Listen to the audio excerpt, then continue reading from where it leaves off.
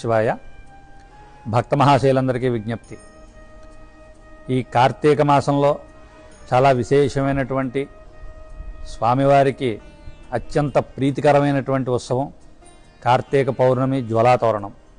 అయితే ఈ ద్రాక్షారామ క్షేత్రానికి మిగిలిన శివాలయాలకి ఈ కార్తీక పౌర్ణమికి జ్వాలాతోరణానికి ఉన్న చిన్న విశేషం ఏంటంటే, ఎక్కడైనా సరే పౌర్ణమి రోజు రాత్రే స్వామికి జ్వాలాతోరణం చేయడం జరుగుతుంది.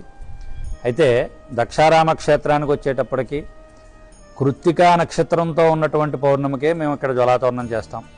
దానికి కారణం, ఒక్కొక్క మాసానికి ఒక్కొక్క నక్షత్రం పౌర్ణమికి అధిపతిగా ఉంటుంది.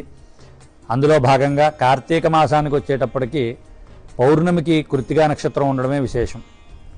ఈ కృత్తిక అనేటప్పటికే అందరికీ తెలుసున్నదే, అగ్ని నక్షత్రం అంటారు, సుబ్రహ్మణ్యేశ్వర స్వామి వారిది.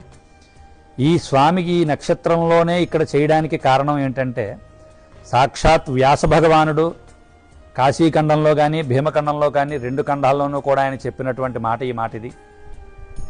కార్తిక్యాం భీమనగరే యోగత్యే వన్యతోరణం నగత్యేతి తదేహాంతే కృతాంత పురతోరణం.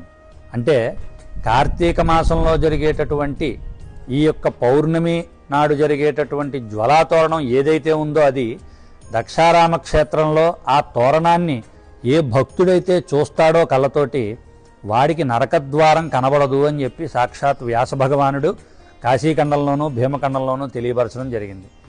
కావున ఈ స్వామి జరిగేటటువంటి జ్వాలాతోరణ ఉత్సవాన్ని 50 మంది భక్తులు కూడా స్వామివారి జరిగేటప్పుడు ఆ సమయంలో ఆ తోరణాన్ని చూస్తేనే ఇంతటి విశేషాన్ని కలిగిస్తాడు భీమేశ్వరుడు. కాబట్టి ఈ సంవత్సరం ఈ కార్తీక మాసంలో వచ్చేటటువంటి జ్వాలాతోరణం పౌర్ణమి 5వ తారీఖున అయినది, కానీ జ్వాలాతోరణం మాత్రం 6వ తారీఖుని. ఎక్కడా లేనటువంటి విశేషం, సాక్షాత్తు స్వామివారే గర్భాలయంలోంచి ఒక జ్యోతి రూపంలో బయలుదేరి చుట్టూ మనకు ఆలయంలో ఉన్నటువంటి పరివార దేవతలు 28 మందిని ఆయనే స్వయంగా ఆహ్వానించి, ఆయన స్వయంగా ఆహ్వానం చేసి ఆయనతో పాటు అందరినీ గుడి బయటికి తీసుకువెళ్ళి స్వామికి అక్కడ ప్రదోషకాలార్చన నిర్వహించి అక్కడే స్వామివారికి అర్చక స్వామి జ్వాలాతోరణం వెలిగించడం జరుగుతుంది. ఈ విధానం కూడా మీరు ఎక్కడా ఇంకెంత పెద్ద క్షేత్రమైనా కూడా తానే స్వయంగా స్వామివారే జ్యోతి రూపంలో మిగిలిన దేవతలను ఆహ్వానించడం అన్నది ఎక్కడా కూడా ఉండదు. ఈ విధానం అన్నది దక్షారామ క్షేత్రంలోనే ఉన్నది.